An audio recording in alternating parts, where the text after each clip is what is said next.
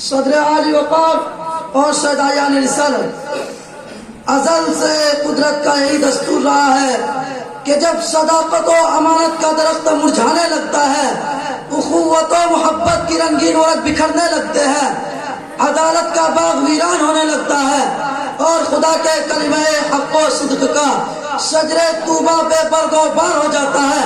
تو اس وقت روح انسانیت چیختی ہے، اے خدا رحم فرما، کرم فرما۔ اس آو پکار اور چیخو پکار تو رحمت خداوندی جوش میں آتی ہے اور ارحم الراحمین کائنات انسانیت پر رحم و کرم کا ایک انقلاب برپا کر دیتا ہے۔ عالم انسانیت کے بدائے روحانی کا ایک ایسا ہی عظیم انقلاب عرب کی وادی میں رونما ہوا جس نے سارے جہاں کے ریگستانوں کو سرسبزی و شادابی کی بشارت سنائی۔ یہی وہ خدا کا حبیب اور حجاز کا ماہ تابہ ہے جس نے توحید الہی کی چمتکار سے کفرستان کو جگمگا دیا۔ ساری دنیا پر اس کی رحمتیں چھا گئی، اور کیوں نہیں چاہتی جبکہ رب العالمین نے اسے رحمت للعالمین بنا کر بھیجا تھا۔ وما ارسلناک الا رحمت للعالمین۔ عاشقان رسالت جہل و تعصب نے ہمیشہ اعلان حقیقت اور اعتراف صداقت کی راہ روکنا چاہا ہے،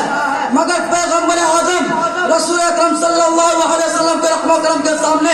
اس نے بھی جبین عقیدت کو خم کر دیا۔ اور کیوں نہیں کرتا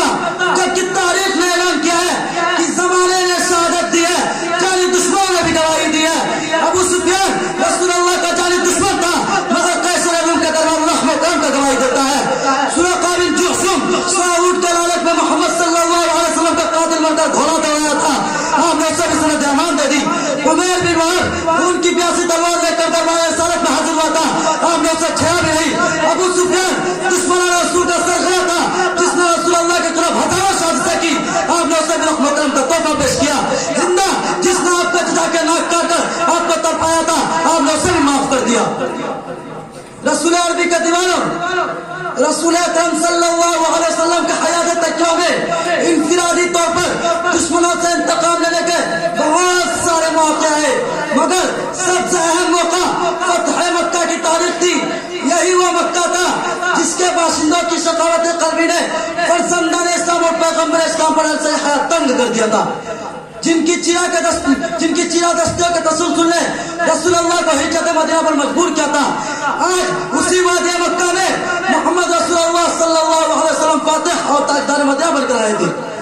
شحن حرم میں تمام گستاخان رسالت اور دشمنان اسلام کا مجمع تھا، ہر ظالم مظلوم کے دست قدرت میں تھا، ہر قاتل مقتول کے ورثات اور قبضہ تصرف میں تھا۔ حضرت سعد رضی اللہ تعالیٰ عنہ عسکریہ ترنگا اور فوجی دن میں اليوم یوم الملحمہ کے تانے گا رہے تھے کہ آج انتقام کا دن ہے، آج ابو جہل کے آدم خور رضا کرو اور دنیا کفر کے کرکسور سے بدلہ کا دن ہے۔ صحابہ کرام جوش انتقام میں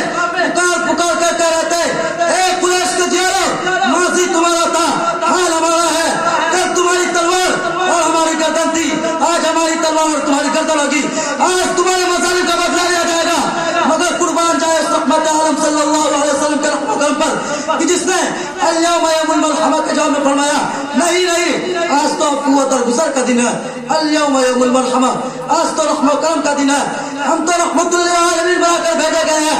ہم انسانیت کو آباد کرنے آئے ہیں۔ یہ جواب سن کر رسول اللہ کے جانثاروں اور لشکر اسلام کے جاروں نے شہنشاہ دو عالم تاجدار مدینہ کو ان ہدایت اسلام کے ہولناک مظالم اور کالے کرتوتوں کو یاد دلایا کہ یا رسول اللہ انہیں درندوں نے بلال حبشی کا سینہ پر پتھر رکھ کر تڑپایا تھا، یا رسول اللہ انہیں بدبختوں نے حضرت سمیہ کو شرمناک طریقے سے شہید کیا تھا، یا رسول اللہ یہ وہی ہندا ہے جس نے آپ کے چتا کا کلیجہ چبایا تھا اور ناک کاٹ کر گلے کا ہار بنایا تھا، یا رسول اللہ یہ وہی گستاخوں کی جماعت ہے جس نے بحالت اللہ صاحب کی خدر پر خرازت ڈالی تھی، یا رسول اللہ یہ وہی ہے جنہوں نے مکہ کے گلیوں آپ کے بزرگوں میں کانٹے بچھائے تھے، یا رسول اللہ یہ وہی ہے جنہوں نے آپ کو پاگل دیوانہ مجنون اور ساحر کہا تھا، یا رسول اللہ یہ وہی ہے جنہوں نے آپ کو قتل کا منصوبہ بنایا تھا اور آپ کے خون کے پیاسے تھے۔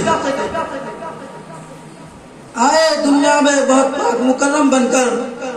آئے دنیا میں بہت پاک مکرم بن کر، مگر کوئی آیا نہ